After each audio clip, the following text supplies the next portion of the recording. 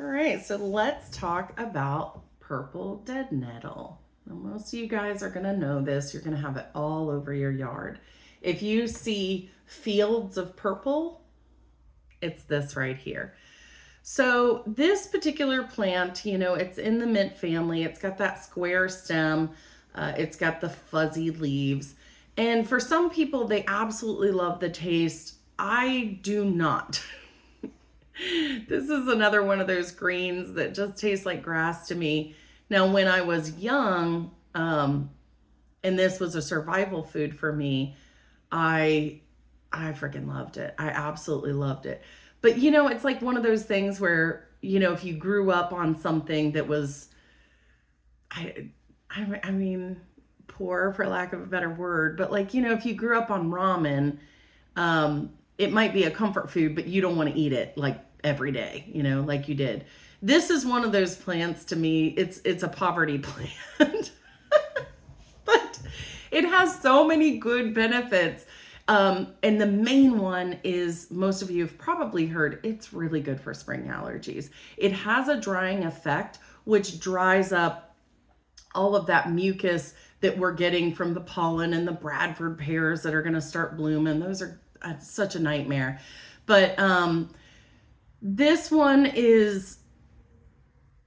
it is definitely an herbal super green for me. I put it in a powder so that it's masked. But basically, this is going to come in a bunch like this, and it's going to be kind of messy because that's how it comes out. It's like a ground cover. So you're going to find leaves you're going to have to pick out. But basically, that's what you're going to do is you're just going to kind of separate the plant from whatever organic material was in our beds. If for some reason you have another plant that doesn't look like it, pull it out. But for the most part, we're trying to make sure that you guys only have the purple dead nettle in it. But basically, you're just going to pull out anything that doesn't look right, any dead leaves, any dead, just discoloration.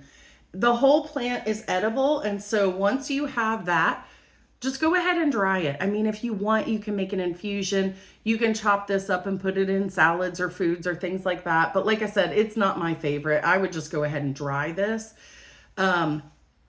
because it is incredibly beneficial and you do want to use it. You want to at least have it in your apothecary because even if you don't suffer from allergies, but all of a sudden you do, this is one of those things that's great to have. I know my kids, some years they're fine and other years they're not. So what I do for them to make this taste a whole lot better is I will make an infusion.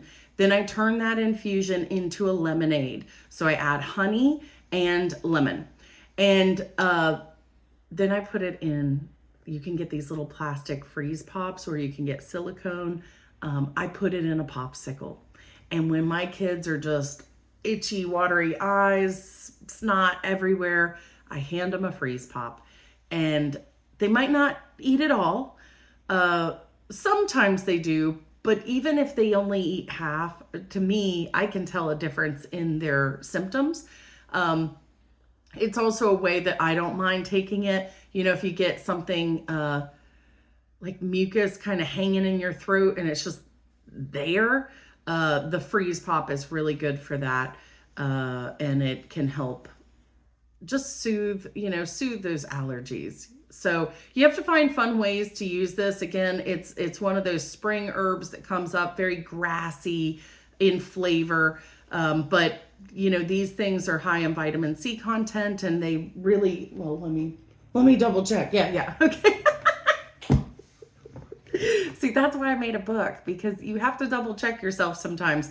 When you're learning a lot of herbs, you try to remember key points about them. And so you'll start to rattle things off because it's like in your memory, but you need to make sure that you're correct in your memory too.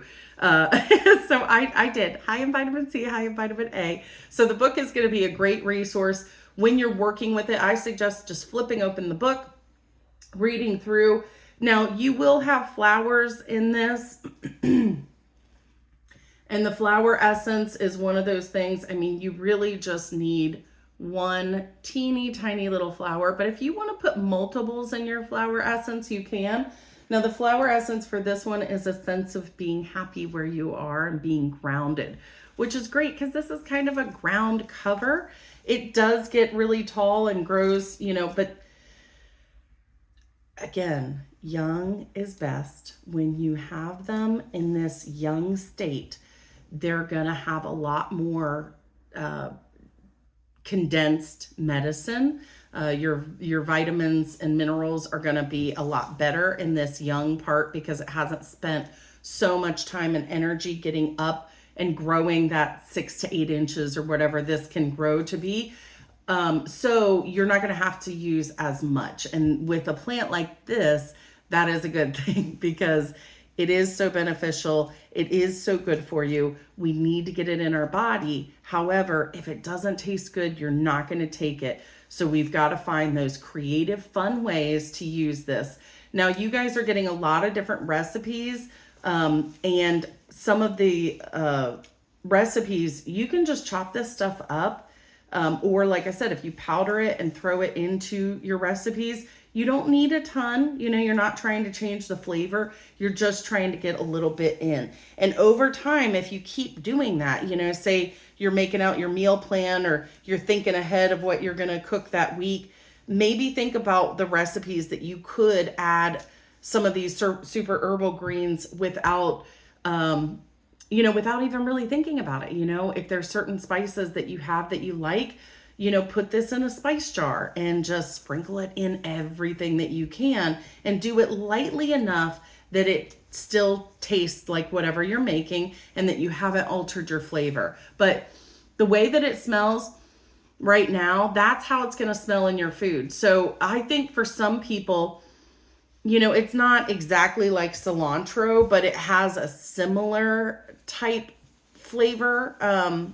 Not flavor, but smell. I mean, I guess that kind of translates. So, putting it with a similar herb that you do like would be really good. So you guys are going to get a bunch of this and you're going to have to go through it and pick it out and then either throw it on the dehydrator, chop it up, stick it in the freezer if you've got room for that too. But once it's dry, just stick it in your jar and then it is ready to use.